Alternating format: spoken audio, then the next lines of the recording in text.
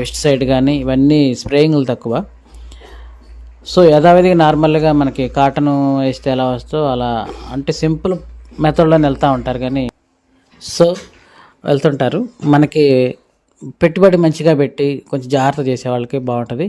ఇందులో మేము గమనించింది ఏంటంటే ఎప్పుడు పోతే అప్పుడు వెంటనే సెట్ అయిపోతుంది, డ్రాప్ అవుట్ కాకుండా ఒకేసారి పోతే చిక్కగా వస్తుంది. ఆ చిక్కగా వచ్చింది వెంటనే నిలబడిపోతుంది, అందువల్ల చిక్కదనం బాగా కనబడుతుంది. అందువల్ల ఒకే అంటే చెట్టుకి ఇప్పుడు 1 కేజీ కాయలన్నా ఇప్పుడు మనం చూస్తున్న కాయలన్నీ ఉన్నా అవి ఒకసారి వచ్చిన పోతలే అవి ఇలా ఒకేసారి చెట్టు అయిన కాపులు. సో ఒక కాపు ఒకసారి వస్తుంది, అది బాగా చిక్కగా వస్తుంది.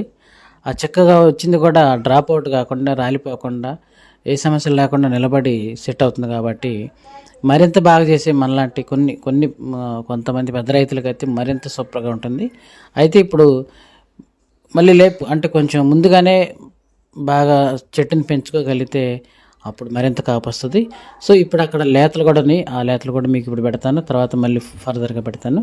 కానీ తక్కువ పెట్టుబడితోటి ఎక్కువ దిగుబడి రావడానికి ప్రధాన కారణం ఇప్పుడు ఈ సంవత్సరం మనం ప్రతి చోట గమనిస్తుంది ఎక్కువగా పూత రాలుతూ ఉంది.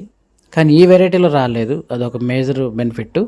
ప్లస్ వైరస్ సింటమ్స్ లేవు, ఎక్కడ ఒక మొక్క కూడా లేదు, అన్నిటిని తట్టుకుంటుంది, వేరుకులను కూడా తట్టుకుంటుందని చెప్పడం జరిగింది. మరియు జాలుబడ్డా కానీ వర్షాలు అధికంగా వచ్చి జాలుబడ్డా కానీ మొక్కలు డ్యామేజ్ కాలేదు.